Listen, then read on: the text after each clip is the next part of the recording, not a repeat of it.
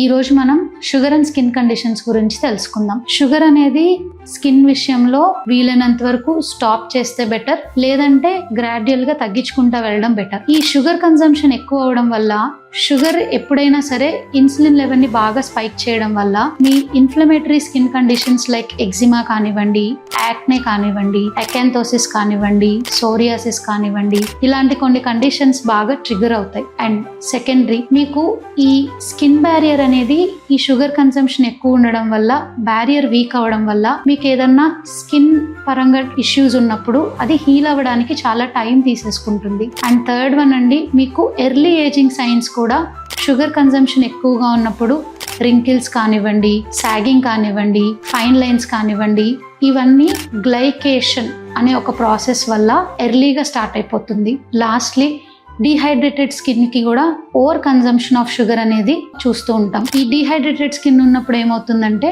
మీకు చూడటానికి అదొక రకమైన రఫ్ టెక్స్చర్, అదొక రకమైన వైటిష్ కోటింగ్ లాగా అలా కనబడుతూ ఉంటుంది. సో డీహైడ్రేటెడ్ స్కిన్ ఉంటే ఆటోమేటిక్ గా you will have early ageing of science. Sugar consumption తగ్గించేస్తే మీకు స్కిన్ అనేది అంత హెల్దీగా కనిపిస్తుంది. Thank you.